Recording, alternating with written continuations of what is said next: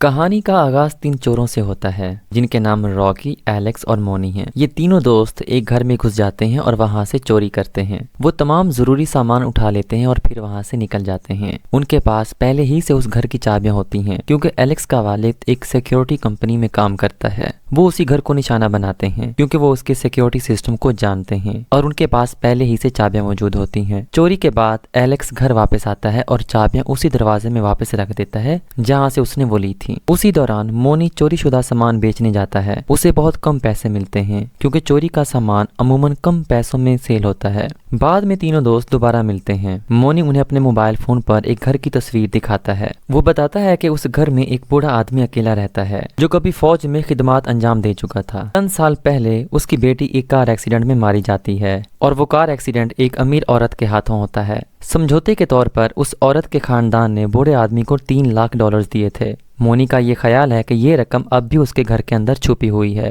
وہ یہ بھی بتاتا ہے کہ اس کے آس پاس کے گھروں میں بھی کوئی نہیں رہتا۔ ایلیکس اس ڈکیتی میں شامل ہونے سے انکار کر دیتا ہے۔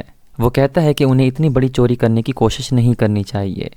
اسے ڈر ہے کہ اس کے والد پر شک کیا جا سکتا ہے کیونکہ پولیس اس درجے کے جرم کی مکمل تفتیش کرے گی۔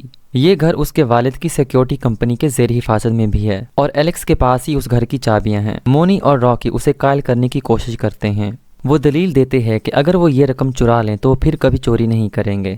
ایلیکس پھر بھی انکار کر دیتا ہے اور کہتا ہے کہ وہ کبھی ان کی مدد نہیں کرے گا۔ اس کے بعد وہ وہاں سے چلا جاتا ہے۔ بعد میں اسی رات ایلیکس کو راکی کی طرف سے ایک پیغام وصول ہوتا ہے۔ وہ کہتی ہے کہ وہ ڈی کو بہتر زندگی دینا چاہتی ہے۔ ڈی اس کی چھوٹی بہن ہوتی ہے۔ راکی چاہتی ہے کہ وہ اسے ہمیشہ کے لیے شہر سے دور کیلیفورنیا لے جائے۔ اس کا ماننا ہے کہ اس کی ماں غیر ذمہ دار ہے اور اکثر نشے میں رہتی ہے۔ اس کی ماں کا بوائے فرینڈ بھی اکثر گھر آتا رہتا ہے۔ راکی کو ڈر ہے کہ وہ اس کی بہن کے لیے خطرہ بن سکتے ہیں۔